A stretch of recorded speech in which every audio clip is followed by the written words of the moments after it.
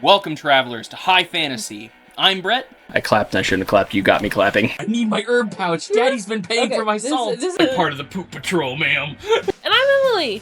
But I'm like, don't make the robots. Don't make the robots crunch. I would speak with dinosaur in a second. I have beef with DC. It's a thing. It's a whole thing. Join us on our epic world-spanning adventures. Armed with only a bit of long-bottom leaf, we will delve into some of the most amazing worlds of imagination that have ever existed. Before we get into that, don't forget to check out our Patreon if you want to support the channel. And without further ado, let's get into it. You can clap. You can. Yay! Hello, everybody, and welcome back to another episode of High Fantasy. I'm Brett. And I'm Emily. And today, before we get started, I would like to thank our highest member Patreon subscriber, Minnie. Thank you so much. We appreciate you, and you help us continue doing what we do. So thank you. You're awesome. Okay, is there anything that you would like to say before we get started? Let's go, baby. Let's go, baby. Panda. Okay, so you just watched the opening cinematic for World of Warcraft Mists of Pandaria. What are your opinions so far? My opinions are panda. Uh-huh. Panda.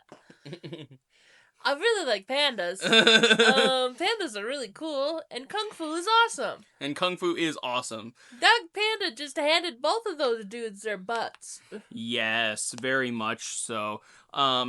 So we do get to see this, like, it is kind of funny because it feels like the dynamic of the Horde and the Alliance in that scene, where it's like, Rah, I hate you, and then another threat shows up, and they're like, okay, maybe we just pause this for a second and we both... The Alliance handing the Horde a sword, being like, or their spear back, being like, maybe we should work together, was crazy. And hilarious, and I loved it. That moment where they both look at the panda and it's like, oh, we can't do this alone, was amazing, and they still lost. Okay, so, yes, today we're going to be talking about World of Warcraft Mists of Pandaria. Now, there's a lot of stuff happened in this expansion, just like a lot of stuff happens in every expansion, right? For sure. So we're going to go over a little bit of how it works. Feel free to stop me at any of these topics if they are extremely interesting or you want to go more into it. For sure. Because, again, there's a lot. So, the first one, which is pretty simple, right? The level cap increased from 85 to 90. Okay. Because the level cap always goes up.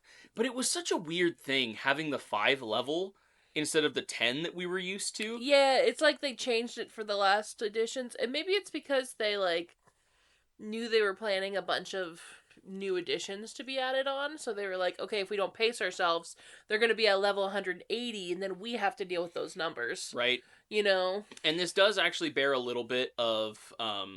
going into, because eventually we're going to get into something called the level crunch. Now when this happens, all it is they lower the numbers. Okay. So remember when I told you Death Knights were a hero class, and they were the first hero class that World of Warcraft ever came out with, and it was all the way back in Wrath of the Lich King, which was 2 expansions ago at this point. Yeah. You started out at level 55. Okay. Most characters start out at level 1. Mm-hmm. That's the way it works. A hero class starts out higher levels because it's a hero class. Okay.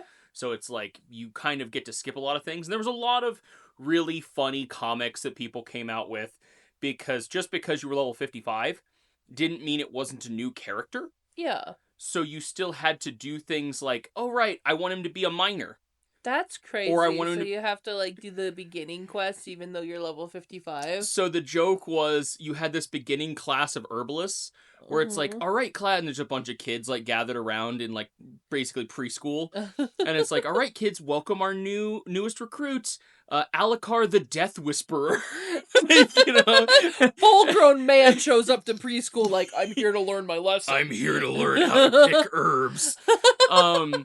But in the current version of World of Warcraft, if you were to make a Death Knight right now, it would be level 10.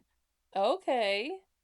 So, bit of a crunch. Yeah. But we'll get into that when it happens, but it is something that bears mentioning. Now, obviously, new expansion, right? Gotta have new stuff. So we got a whole new class Uh-huh. introduced in this expansion, the monk. Okay.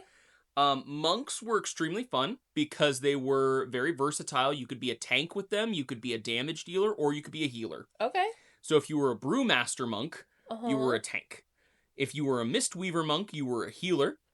Okay. And if I forget what the other one is, but it was like basically if you like punching stuff, you're a damage dealer. Love it. The brewmaster was so fun because when you're a tank, the big thing is holding aggro, Okay, yeah. and which is aggression. Uh-huh. For those who don't know, so you have to taunt the enemy and keep them on you. Yeah.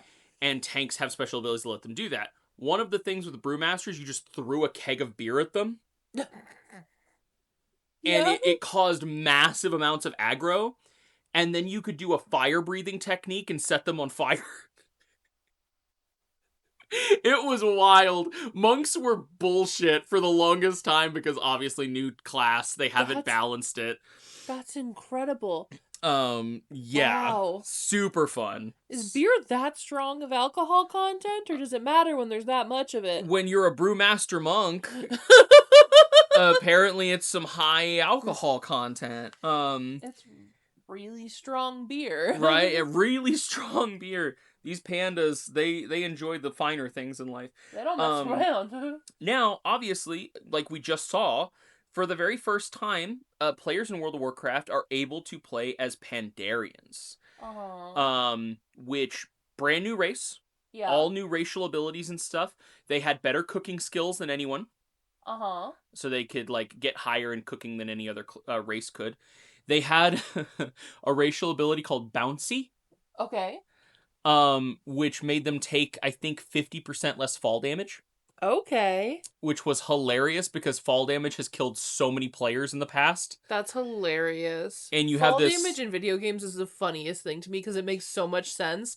And you just see people eat themselves off of buildings, and when they actually crumble at the end, you're like, ha! You're like, yes, correct! That's how physics works. When somebody does a superhero landing and you hear their knees shatter, you're like, oh yeah, that's about right. 100%. So with pandas, they're fatter than the average characters, so they have more like cushion is essentially the idea. That's crazy, and I love it. Panda bones are jello unless they don't want them to be. Pretty much. And this will probably be the name of the episode. Thank you, Kirby. Pandas and Pokemon, because when this came out, they released a brand new system. Okay.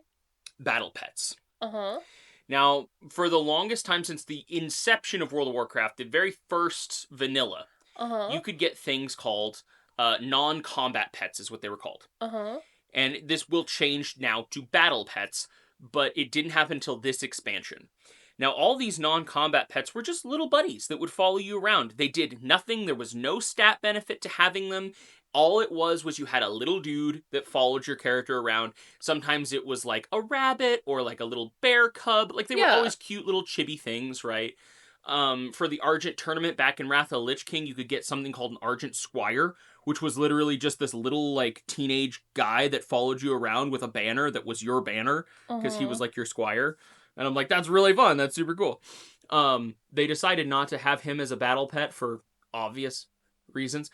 You know, having a like teenage kid kicking the shit out of rabbits maybe is a bad look for Blizzard, so they decided not to do that. A child is not your pet. A child is not your pet. Yeah, really though. That's crazy.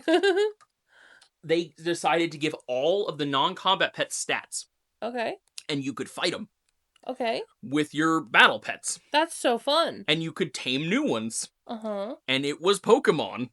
That's so fun. I, to this day, like, there was so much where I was like, this is just Pokemon. Like, some of the achievements were literally called, like, to be the very best.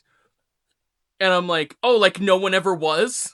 That's crazy. Like, Pokemon? How are they not copywritten? I have no idea. Because you can't copyright mechanics. Okay, that's fair. So, like, if you were to copyright, you know, oh, I throw a ball and I capture this monster and then I make monsters fight each other, any game that has summons ever now becomes the property of Pokemon. So it's like, yeah, you can't really do that. But they really played around with how far they could go. And then they were like, we're going to push this button as far as we can. Really, really gonna push it as far as we can. Now here's the funniest thing. Battle pet, like, battles were the best way to level. Okay. Because every time you got done with a battle, you got half of a quest's worth of experience for whatever level character you were playing. Okay. So after 2 battles, you got a full quest worth of experience. Well, then you could go and challenge battle pet tamers to get a full quest worth of experience and still get the half battle experience from the battle itself. Okay. So you were getting a quest and a half every time you did a battle pet against an actual, like, grandmaster battle pet tamer. Well, then if you did them all, you unlock dailies. Okay. That let you do it every day. So you just went around the same continent like Eastern Kingdoms or Kalimdor, and you just battle pet battles, and you got crap tons of XP for any character you were playing. That's incredible. So battle pet system, everybody loves it. For people like me who collected battle pets, it was amazing. Yeah, because you were just like, I'm gonna go level everything. Yes, exactly. Now, basically, pandas start off not liking a whole lot of people because they woke up something called the Shah. Yeah. And we went over a little bit of the Shah. They are the manifestation of every negative emotion that you can perceive on the spectrum. And there's, like, little ones, and then there's, like, the granddaddy. Yeah. And those ones are generally called, like, the Shah of anger, the Shah of despair. But we'll get into that in a minute. Just good to keep at hand. Now here's the big players for Pandaria. Like, all the big, like, kind of factions and stuff that we're going to run into during this expansion. To paint you a picture of what this place looks like. Because it is so heavily inspired by Asian culture. Yeah. Obviously. A lot of Chinese in here, but they took from everywhere. Yeah. To make this. So we'll have, like, Chinese, Japanese, we have Mongolian culture, like, a lot of stuff like that. But we have the Mogu. Okay. Now, the Mogu are terracotta warriors, aka the bad guys. They pull heavy from Genghis Khan ideology. Okay. So it's come in, crush, take, conquer, go. Yeah. Strength is their big thing, and they're gonna be important later, but for right now, they're just kind of an enemy faction. They exist, everybody knows that they're there, they're extremely hostile. You never get to interact, like, positively with Mogu. Then there's the Jinyu.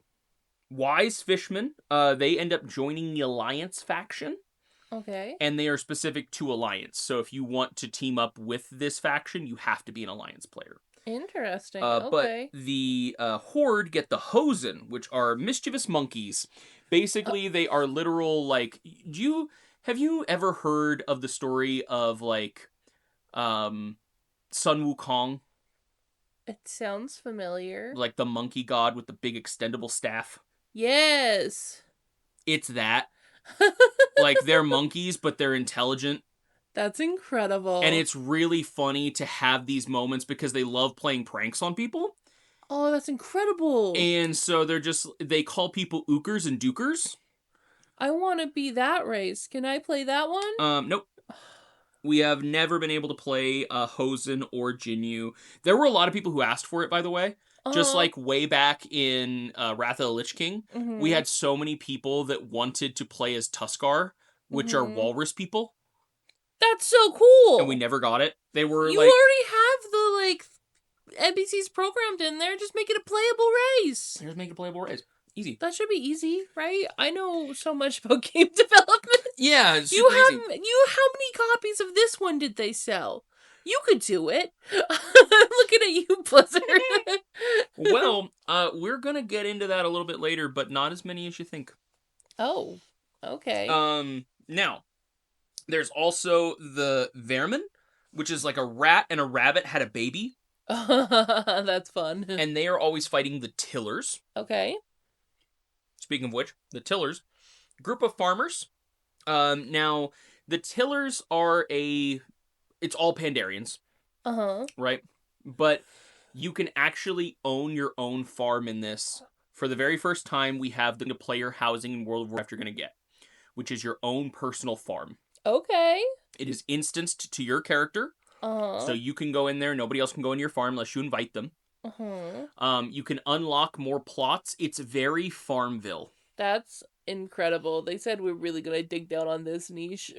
Yep. And the tillers are like the faction that you get in with when you want to really dig down into your farm. Did this come out around like 2012 to 2014? Oh my gosh, it came out exactly in 2012.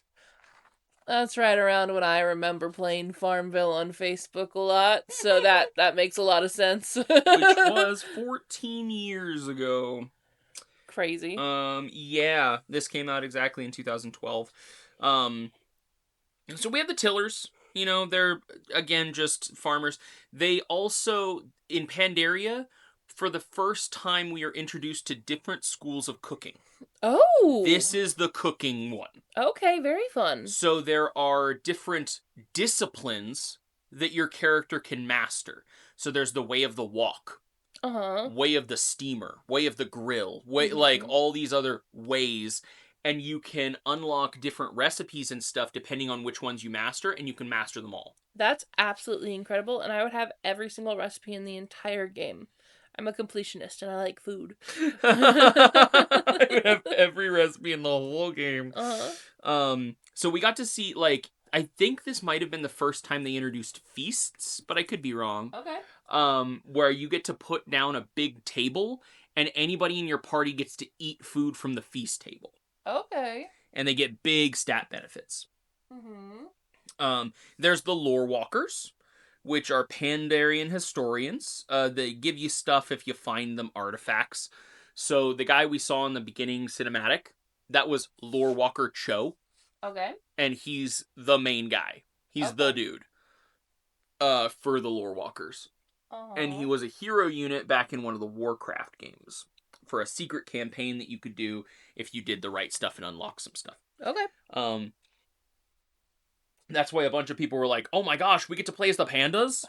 This is awesome. They're real? We have the Shadow Pan. Ninjas. And one of the only Pandarian fighting forces. Okay. So they're literally ninjas. Like, they ride around on tigers, and there's a whole thing, like, but it's shadow clone jutsu, like, shuriken, knives. They are ninjas to the max. Katana kind of stuff. There's the Soroks, which are lizard bad guys. So they're these lizard folk, cannibalistic, eat you kind of people, bad guys. The Mantids, who are also, they're the praying mantis bad guys. But some of them are kind of okay, and you can do some quests for a small faction of them. But they're mostly considered evil, and they're kind of attacking the Pandarians. Okay. So, and there's a lot of rich history here, and a lot of really cool game mechanics. Yeah. Because one of the things that the Mantids do is they have heroes, champions, right? Where it's like, so-and-so, the great warrior, or like the hatchbringer, blah, blah, blah, blah, blah. And they have magic that encases their greatest warriors or tacticians or medics or all this stuff in amber. Okay. And when they're encased in amber, they don't age. Oh. So it's literally like, we're going to freeze our best guys, and if things go to shit, we're going to unthaw them, and they're going to kick your ass. Take them off the ice. So it's like, it's a big amber thing, and they'll do that to prisoners if, it's like, haha, gotcha. But these are all the big characters in Mists of Pandaria. A lot of the big factions here. And there's a few more, but there's not many. And they're very small if I haven't mentioned them. Okay. So we have, again, pulling from a lot of Asian culture, we have the equivalent of the Great Wall of China. Okay. Which the Pandarians built to protect their lands. One of which is, a section of it is currently under siege by the Mantids. Very inspired, it sounds like. Very inspired, yeah. It's super on the nose, like, we know what's going on.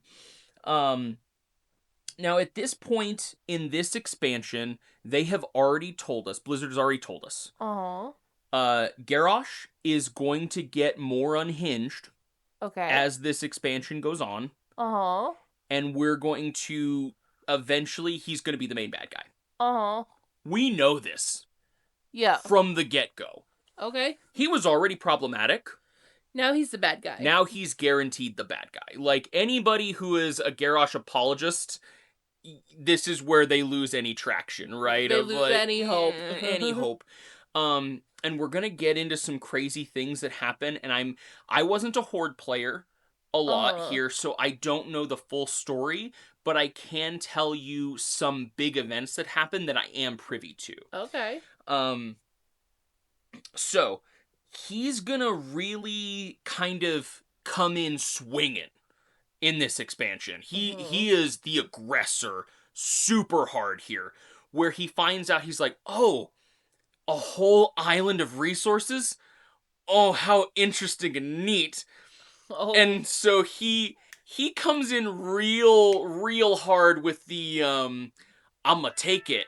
It's mine now. Oh, that's so bad. All of your shinies are belong to me. That's so bad. And he finds out about this bell, right?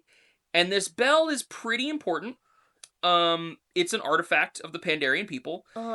And it's one of those, like, if you ring it, massive power to all your forces. Okay.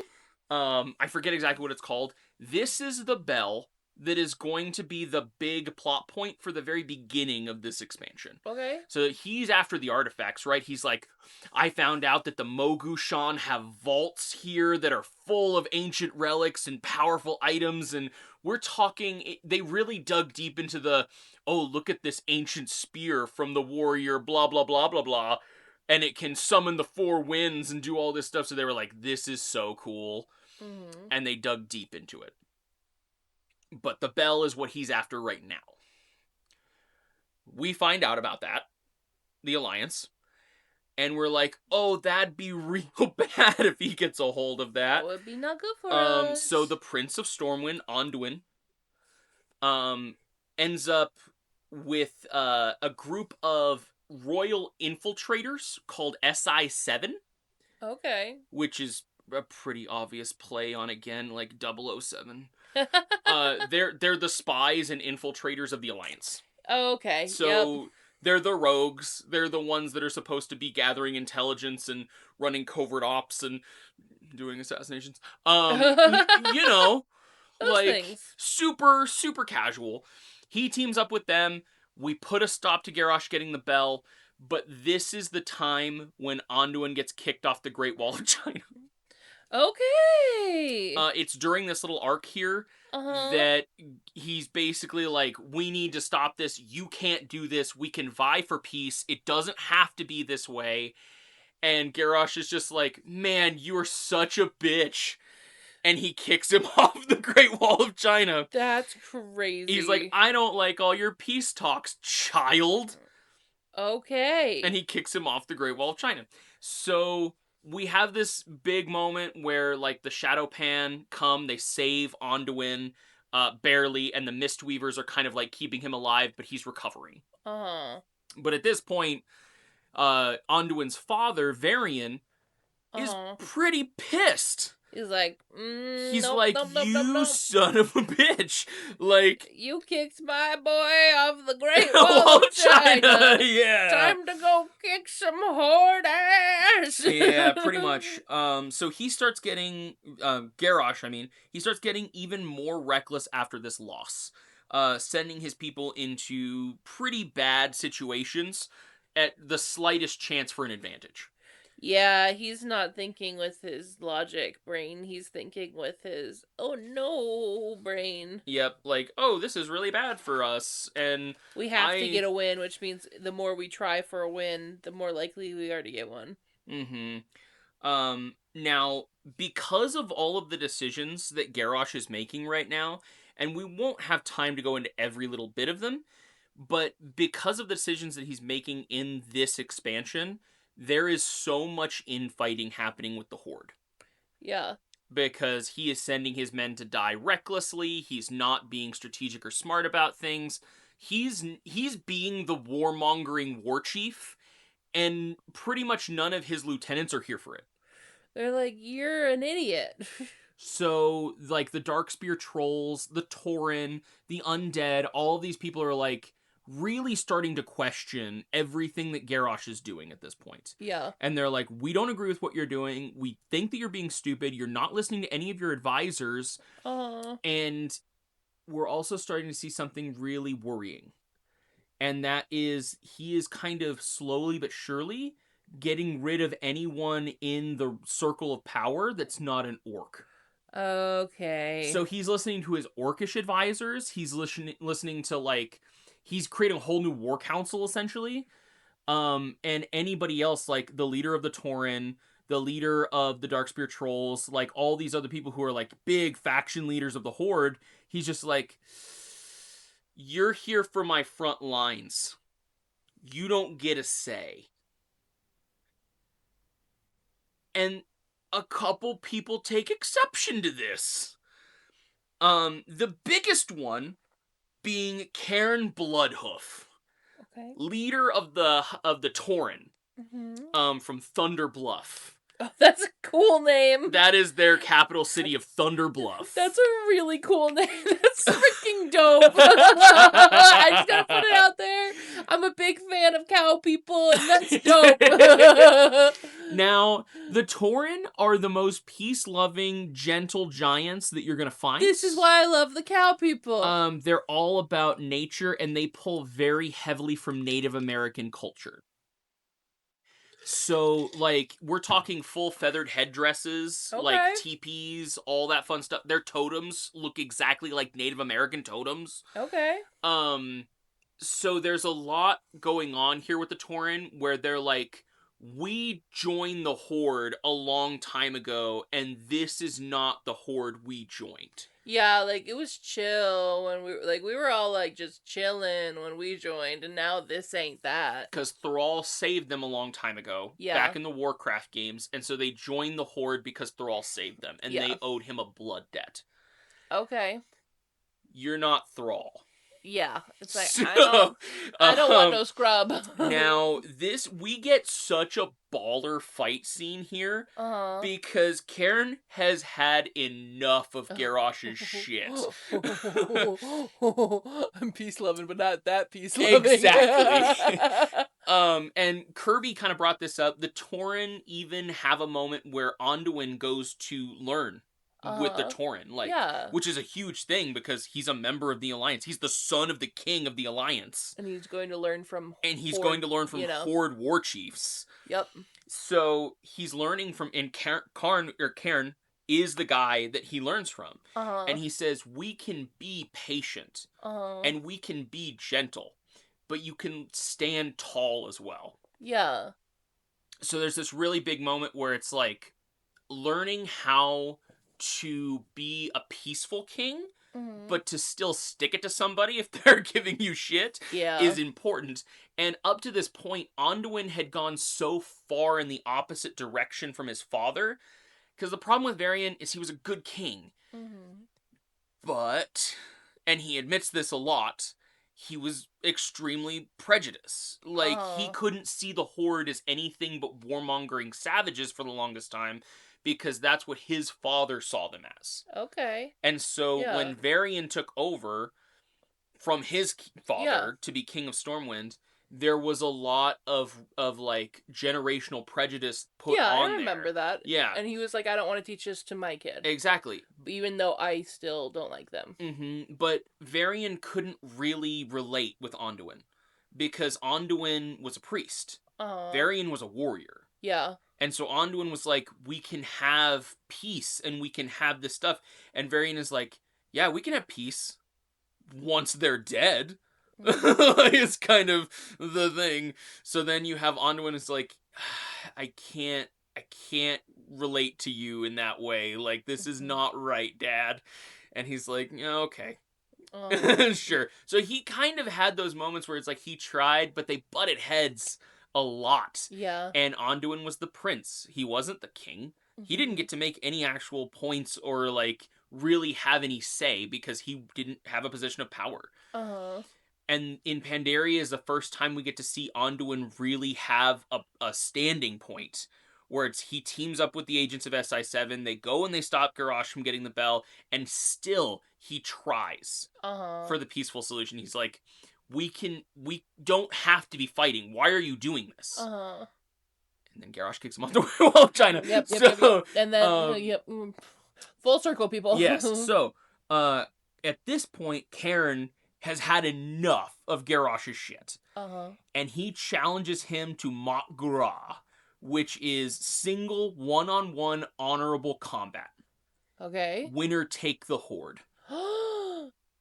So he says, I think you are an unfit war chief, and I'm going to prove it to you the only way that you understand. Oh, he through totally force. he totally beats him, but then Garrosh does something cheeky So and cheaty, doesn't he? This is a big thing, and there's a whole sequence about this. And I'm sure if I had been playing Horde, I would have gotten even more about this, but I did a lot of research into it. Cairn is enormous. Okay. Even for a Tauren. And so orcs are bigger than humans. Tauren are far bigger than orcs. Big old boys. So a lot of Garrosh's like, I'm bigger, stronger than you, doesn't mean shit when it comes to Cairn. And he whoops up on Garrosh. Kicks his ass. Oh. And it was funny because I was talking to Kirby about this, and he's like, it was kind of a back and forth. I went back and I really did the research into this. You like watched? No. He whoops his ass. And here's the best part. So again, I want you to picture like 8 feet tall, built like a brick shithouse, big old feather dress, lot of Native American like cultural accoutrement, but Cairn uses a totem as a like weapon. Okay. And it's this enormous, like a log, basically, that is a totem that he just beats you with. Jesus. Because that's how the Tauren fight. That's like one of their war maneuvers. And so he is fighting Garrosh, who has an axe from his father, which is a legendary axe called Gore Howl. Now this weapon is extremely important, but, you know, we'll get into that at a different time, maybe. But Cairn is just whooping on him. Like, he is just stomping him into the ground. And, like, there's those moments where it's like, it's a little bit back and forth, but it is so blatant that Cairn is about to put him in his place. Yeah. And then he starts feeling a little weird. Yup. And he had gotten one cut, a very small cut, from Gore Howl. Now, again, we have to both sides, right, of this. Garrosh had no idea that before this fight, his weapon was poisoned by another member of the Horde. Somebody by the name of Magatha Grimtotem, who was the leader of the Grimtotem Tauren, who wanted to be the leader of the Tauren. And Cairn was in her way.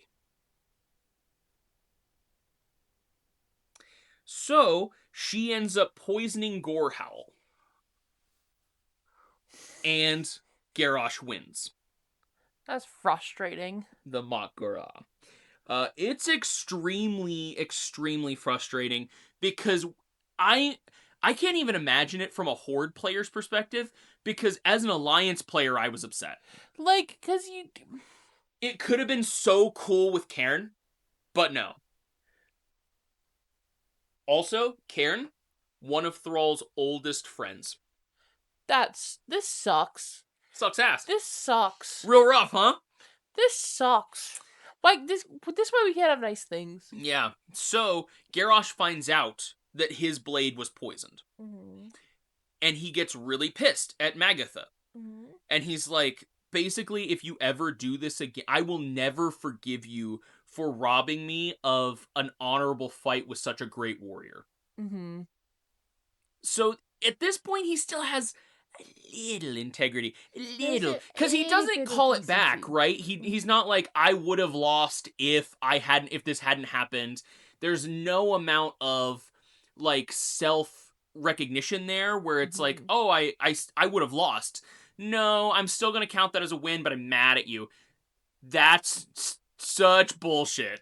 Mm-hmm. Such bullshit. And so they tried to make it out to be like, So oh, he he's just dies? he's still honorable. Yeah, Cairn dies here. I'm going home. This sucks. This leaves This sucks. This leaves Cairn's son, Bane Bloodhoof. Mm-hmm. And a lot of the rest of the members of the Horde in a really kind of precarious situation. Because, again, Garrosh is pushing more and more people out that are not orcs, because he doesn't respect them. Yeah. You haven't proven to me that you are stronger than me. That means you are not worth listening to. And people like Vol'jin and stuff, because Vol'jin's not really a huge fighter.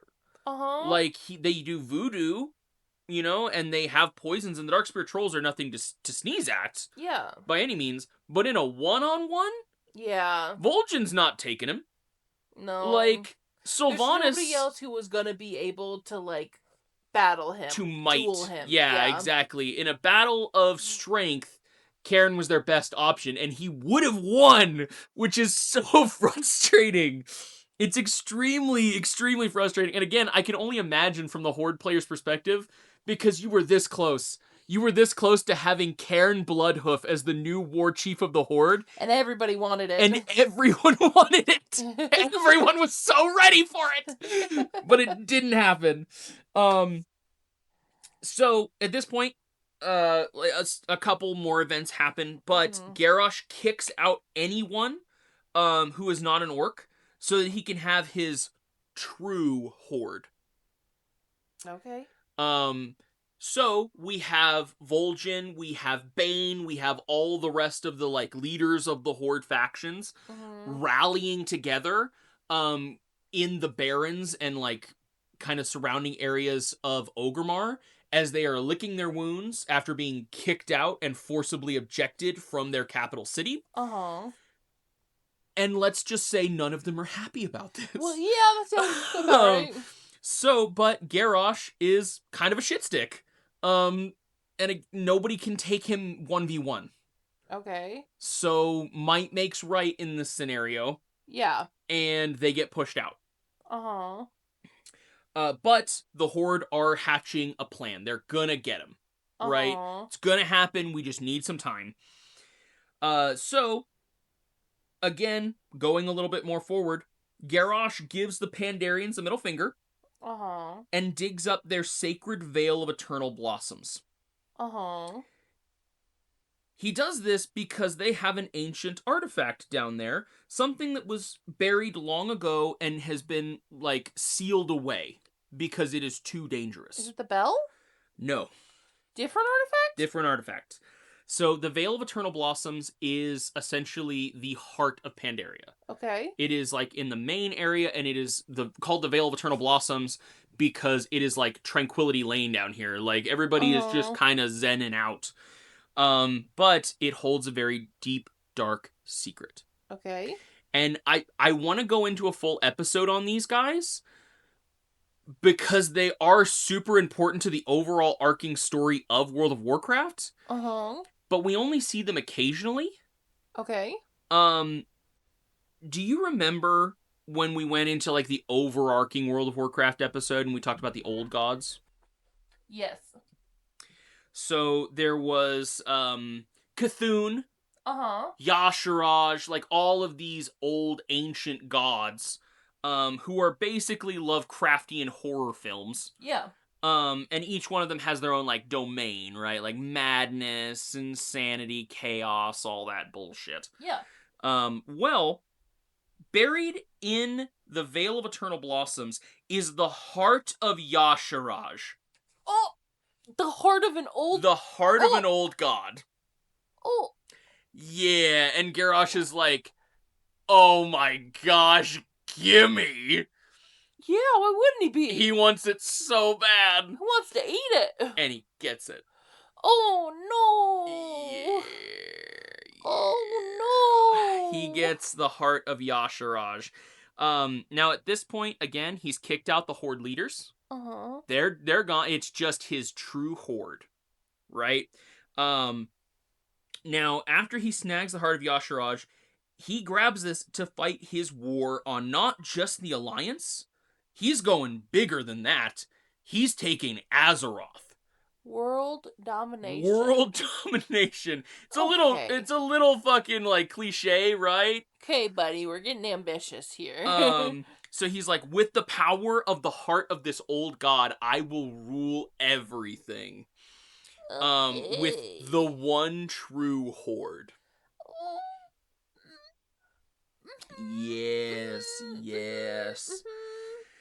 So Now you're making predictions. yeah. This is gonna sound a little anticlimactic, but I'm gonna go into it a little bit more in detail. But basically, the Horde and the Alliance team up. We chase him back to Orgrimmar, lay siege to his city, and kick his ass. Oh, okay. Love it. There's a lot going on here because this is the final raid of the Mists of Pandaria. It's the Siege of Orgrimmar. Once we do this, we're done. Basically, the Mists of Pandaria is mostly finished here. Okay. But when we fight Garrosh, it's not just we fight Garrosh. Because there's two phases. One, where you fight Garrosh. And another, where he unlocks the heart of Yasharaj and accepts all of the power of this chaos god and gets super crazy buff. Yeah, that sounds about... I mean, I think I'd probably be powerful enough to fight the heart of old god. Yeah, I could probably do it. Yeah. 40 heroes of the Horde and Alliance. That's crazy. Yeah, the team up is wild. But at the end of this, Garrosh lays dead. The leaders of the Alliance are not dead. I'm sorry. He wasn't killed because he's still going to be a problem. Yeah, Horde players again, not happy about this. But he is captured. Okay. And he is literally in chains at the mercy of the new Horde and Alliance. And because of their help, Varian basically addresses the assembled Horde here. He says, "Who speaks for the Horde?"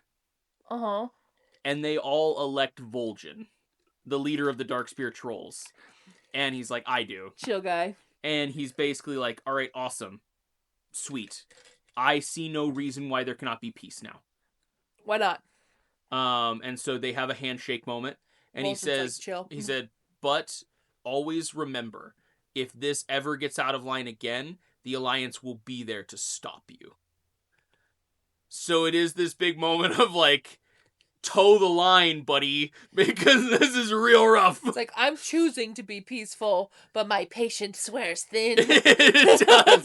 It really does. And a lot of people were like, this was the win or this was the battle that needed to happen for Varian to be okay with the Horde. Because his main thing was he didn't like orcs. Yeah. And so with the orcs no longer the leaders of the Horde, maybe we can have an understanding. Right. And it doesn't have to be that way anymore. We'll get into that later. But, there's always more. There's always more. The story never ends. The story never ends. This is the story that goes on and on, my friends. In the world of, gosh dang it, why can't we just hug it out? Yes. Wouldn't it be nice to have a world where we could all just hug? World of Peacecraft? No, that would never sell. Never, ever. There's two factions. The ones that love each other and the ones that love each other, if you know what I mean. Yeah. So at this point, it sucks, right? Because we've lost a hero of the Horde. Cairn Bloodhoof's death is awful and tragic. But his son, Bane, has stepped up to take command of the Tauren, and he follows exactly in his father's footsteps. He's the coolest dude ever, super chill, and he's actually a legendary card in Hearthstone. Oh, that's so fun! Cairn and Bane Bloodhoof. When Cairn dies, Bane takes his place. That's incredible. And so it was kind of like, it was a really nice little tidbit, right? Now, we have Garrosh. He's in custody, awaiting trial for his crimes. And that's mostly where the Mists of Pandaria end. Okay. We've done all this stuff. Garrosh has had his little tangent. He has been super problematic, and The now entire he's time. dealt with. And we have a new war chief, one that everybody's excited about, Vol'jin. So we're super happy. We're super excited right now. This is a great time for the Horde and the Alliance because peace has finally won out.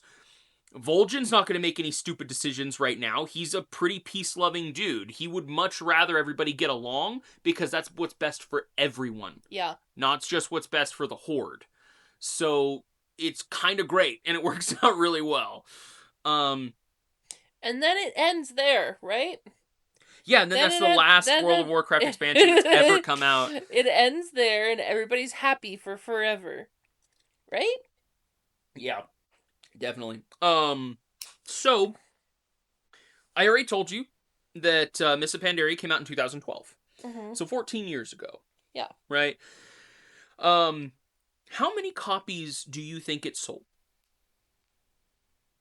How many copies did the last one sell? 3.3 million in the first day. Was that the last one? Mm-hmm. Cataclysm. So Cataclysm 3.3 million in the first day. So this Which one, beat out Wrath of the Lich King. You're saying not. You said not as much. So like 1.5 million in the first day. Well, unfortunately, I can't even give you the full stats for the first day because they were so sad. No. They didn't even count. They counted it for the first week. Oh. In the first week that it was out, it sold 2.7 million copies. That's not bad. Which is less than the 3.3 million that Cataclysm sold day one. That's still a big number, okay? It's a big number. It's, again, very big. Problematic when you start to look at the longevity of a game. Yeah, it's starting to lose its luster. Yeah, it's starting to lose its velocity. I don't know what's the word I'm trying to look for. Momentum. Thank you. Because I think the problem is like they broke records with Burning Crusade. They broke records with Wrath of the Lich King. They broke records with Cataclysm. That's the thing is like when you take the story so high, it's like where do you have to go? It's like you literally had like the titans of the world are waking up and wreaking havoc on literally everything. Where do you go from that, Yeah. That's kind of a hard one to continue. Like, that's your climax. The pandas are cool, but it's not the entire world's ending, and we have to save it, Right, exactly. There's going to be this tyrant, and he's going to try and take over the world, but that's the end of it. Interesting. Now, because of this, they went down to 10 million subscribers from their previous 12 million. Okay. So they lost 2 million subscribers with this expansion. Kind of rough. Now, don't get me wrong. They are making money hand over fist with this still. Because each one of those subscriptions is still $15 a month. There's 10 million of them. So much money. Yeah. But for the longevity of a game, it's what are your numbers looking like a year from now, 2 years from now, 3 years from now?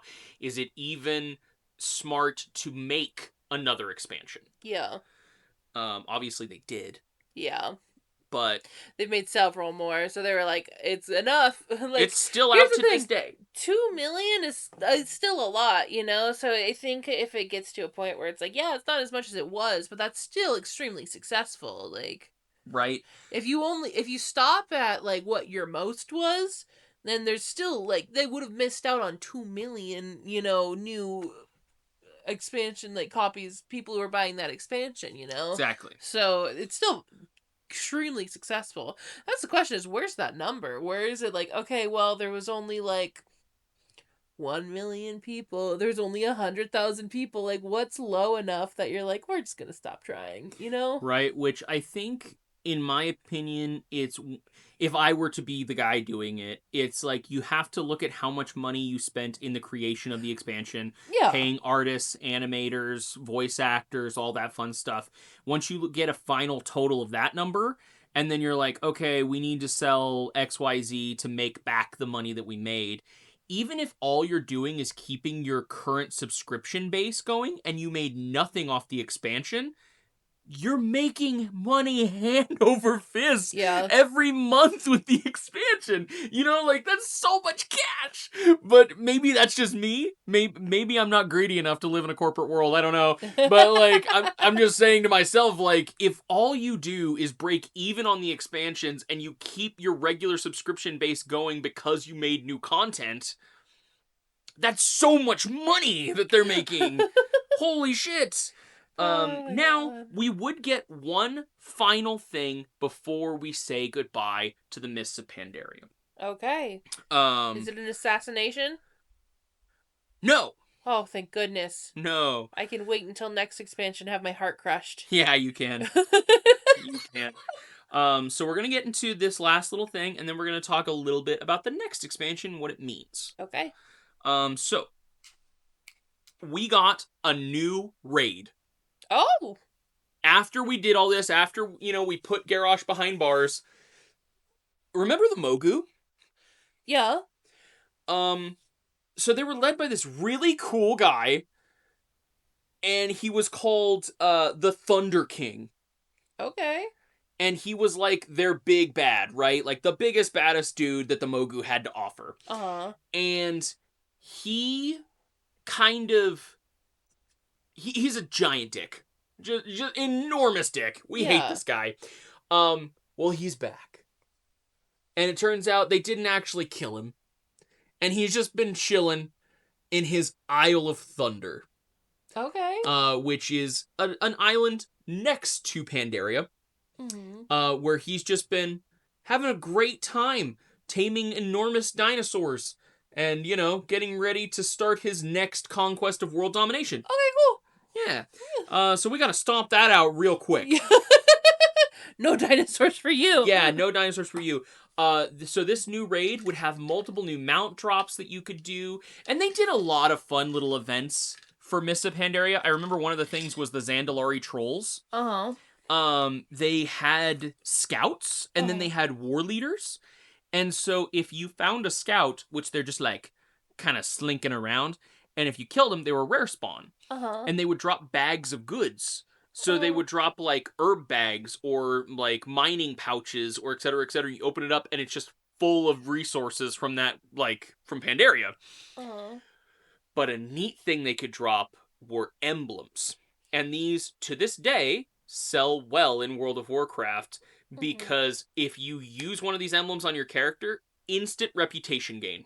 Oh, dang, okay. So if you want reputation with the Shadow Pan, if you want reputation with the Tillers, if you want reputation blah, blah, blah, blah, you kill these guys every time you see them, which is a joke now because Pandaria came out so long ago, you just want to, poof.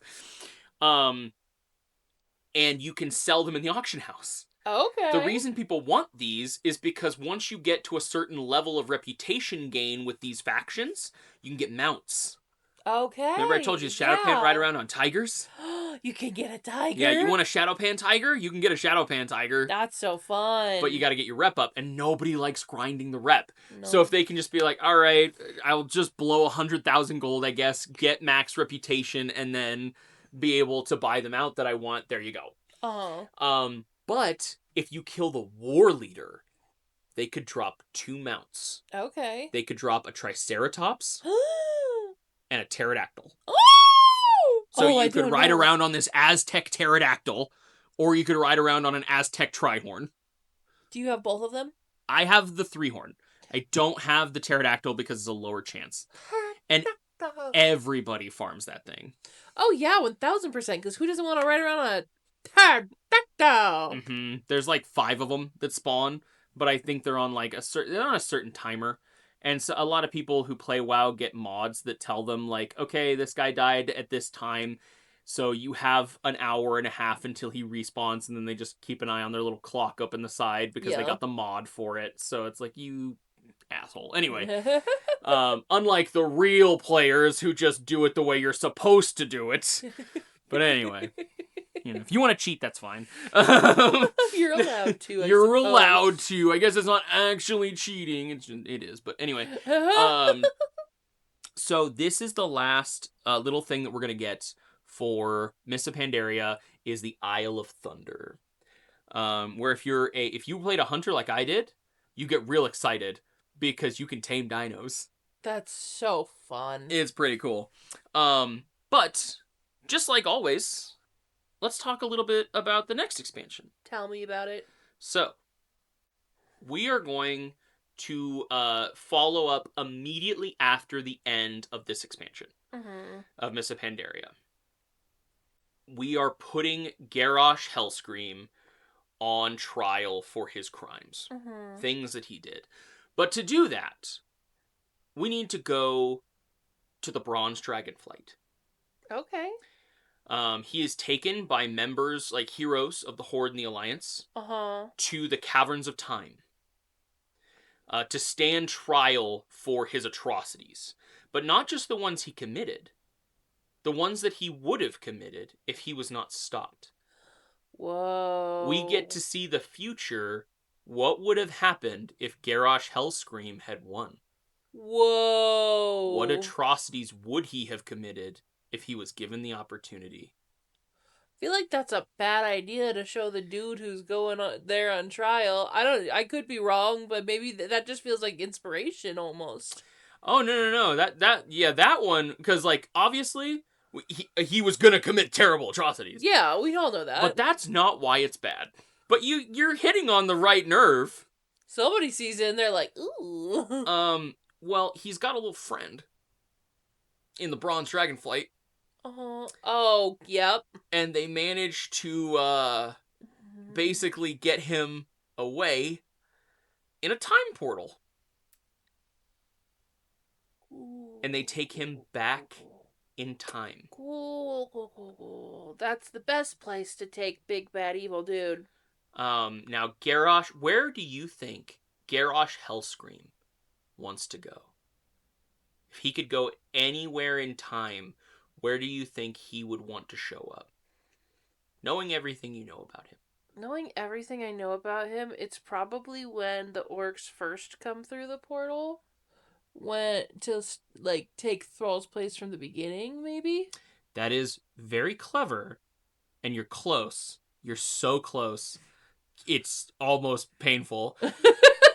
You're so right, because we know he's an orc supremacist. Yeah, so if he's coming through right when the orcs are first coming, but instead of under the leadership of a weakling who's going to give up eventually, he can take their place. Now, so is it peace treaties then instead? He goes back in time to before the orcs drank the demon blood of Manaroth. Oh, because he's a brown orc. Yes. Why taint ourselves with the foul demon blood? We are strong. We are powerful. And under my leadership, we will have the one true horde. The Iron Horde. So he goes back in time and he talks to his father. Whoa. And he lets him know this is bullshit. Gul'dan is going to totally fuck us over. And he is going to lead us on a mission that will not succeed. Which is true, technically. It's very true. So he's like, so listen to me. Together, we can stop that from ever happening. We can stop the Horde from ever losing. Ooh. So in this reality, the Horde never invaded Azeroth. Because they waited. Okay. And with Garrosh's help, they kill Manaroth. They enslave the demons. And he builds war factories. So they never They have to never leave. go green. And they never leave Outlands. Until they're strong enough to actually take Azeroth. No. Oh, no. Oh, no. So you have a weakened alliance who never had to deal with orcs before, who now have to deal with an amazing tactician who knows all of their weaknesses. Because he's lived through it. Oh, no. He changed the timeline. So the Iron Horde arises, and they have come for Azeroth. Warlords of Draenor, the next expansion. And that's one we're going to get into next time. Okay. Well, See you then.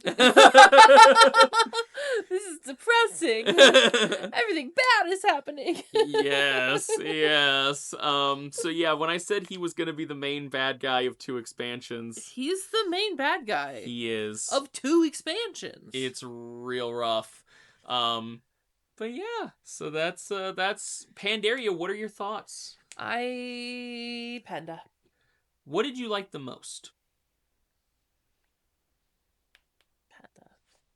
I know. I think what I liked the most is just all of the new actual like factions of people. I think that those are very interesting, like the pragmatist people, the monkey people, and like the Farmville is so hilarious. That was literally exactly how I was able to tell when it came out, because I was like, yeah, I was playing a lot of Farmville on Facebook around that time. You're like, this seems too coincidental. That sounds about right. No, you're so right. It was funny because like you're learning enough about the lore now that you can start putting pieces together where you're like, oh my gosh, yeah, this would be where the guy would show up, wouldn't it? Or it's like, if we went all the way back to the beginning of this series, you'd be like, I have no idea. I don't know. Like, is he gonna take over one of the dragons? Like, what's going on? But yeah, like it's literally the trope of what happens when you come from the future with the knowledge that you have and have the ability to just be like, I know how events are going to play out. Yeah, you get to pretend to be the smart guy because you just know more than everybody else because you've lived through stuff that hasn't even happened yet. Exactly. It's like, yeah, of course you're smart if you know that it's already going to happen. Yeah. So, and it makes it just rough, right? Like, Warlords of Draenor, in my opinion, was an extremely fun expansion. I liked it a lot. And we are going to go into it a lot more later, so like I'm not going to spoil too much right now. But Warlords of Draenor, and then the next one after that is Legion. Now that one is where a lot of players argue World of Warcraft should have died.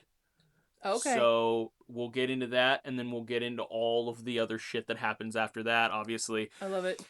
This is many episodes in the making, guys. We hope you enjoy it. We hope you have fun with this. And if you like to see any other episodes about things that we haven't covered, please leave that in the comment section below. Let us know what you'd like us to talk about, what you'd like us to see. If you enjoy these episodes and want to get them a whole week earlier, don't forget to go check out the Patreon, where we have all of these episodes a whole week earlier on any of the tiers, except for the free tier for Patreon. So if you like that and want to support us, please do go check that out. And also check out the Copper Spoon Chronicles, a Copper Spoon cookbook adventure made by my love here. That follows the adventures of Cobb Copperspoon as she goes to fill out her cookbook and make some friends along the way. Okay, is there anything else you'd like to say? Bye! Bye, merry travelers!